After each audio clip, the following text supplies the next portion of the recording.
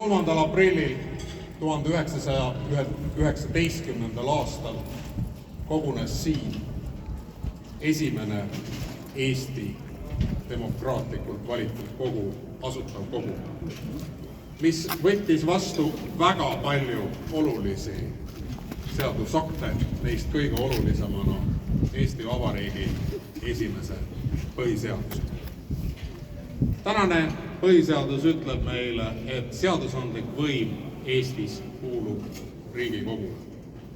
See tähendab ka seda, head inimesed, te olete täna Eesti kõige olulisemas hoones. Hoones, kus langetatakse meie jaoks kõige olulisemad otsused. Ja see hoone ise on nagu Eesti ajalugu.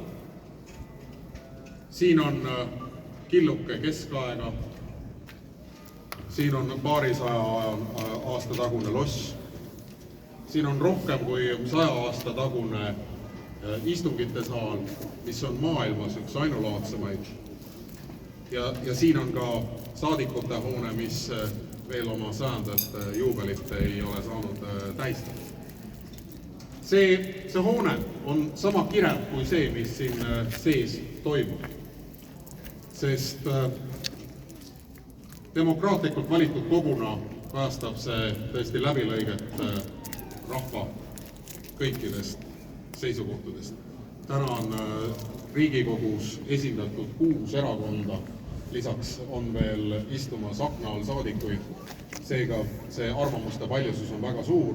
Ja üsna tihti on ka avalikkuses tekkinud arusaam, et küll siin jageletakse palju ja küll seda lehmakauplemist ja vaidlemist on ikkagi nii palju, et visatakse poliitikute üle ka nalju, et miks poliitikut ei saa lubada lennukisse, sest kohe, kui ta sinna lennukisse läheb, siis ta hakkab vastast tiiba lammutama.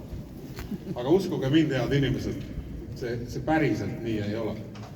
Et Riigikogu kõige olulisem ülesanne on vastu võtta otsuseid ja seaduseid. Ja seda Riigikogu suudab ka teha. Jah, läbi vaidlemise, läbi teravate arutelude me jõuame tulemuseni ja me langetame otsuse. Ja me suudame väga tihti ka suures üksmeeles võtta vastu otsuseid, mis on Eestile, Eesti rahvale, Eesti inimestele olulised. Nii nagu me suutsime muuta alles hiljaaegu ka Eesti Vabariigi põhiseadust tervelt 93 toetushäälega. Ning selle kõigega saategi täna siin majas tutvuda, saate külastada fraktsioone, saate kohtuda Riigikogu liikmetega ning osaleda ka kõikidel nendel aruteludel, mida siis Riigikogu liikmed teie jaoks on korraldanud. Lisaks saate osaleda loomulikult ka mälumängus, aga ma usun, et kõige huvitavam on selle ajaloolise hoonega tutvumine. Ja kui kellelgi jõudu, tahtmist ja jaksu on, siis teil on võimalik külastada ka Pika Hermanni torni. Need 212 torniastet ei ole kerged, aga uskuge mind, see vaade sealt tornist on seda pingutust väärt. Nii et head inimesed, kõik see, mis siin täna majas toimub, meenutab natukene ka kultuurimaja, sest et te kuulsite just äsja esinemas ka Riigikogu koori, kellega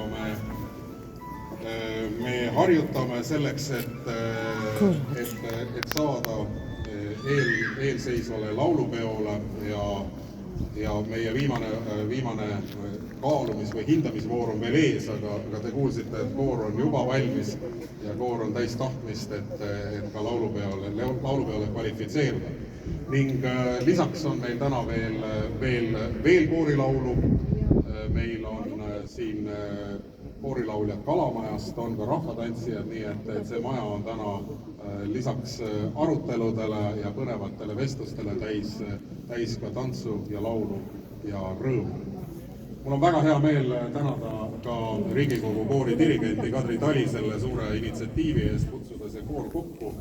Ja see on hea näide sellest, kuidas Riigikogus on võimalik ühe asja nimel tööd teha meil on Riigikogu kooris esindajaid kõikidest poliitilistest jõududest ja see on parim näide sellest, kuidas Eestit ja Eesti tulevikku ehitada. Aga head inimesed, sellega ei ole meie sissejuhatav osa veel üleüldse lõppunud, sellepärast et Riigikogu kooril on teie jaoks nüüd varuks üks eriline üllatus.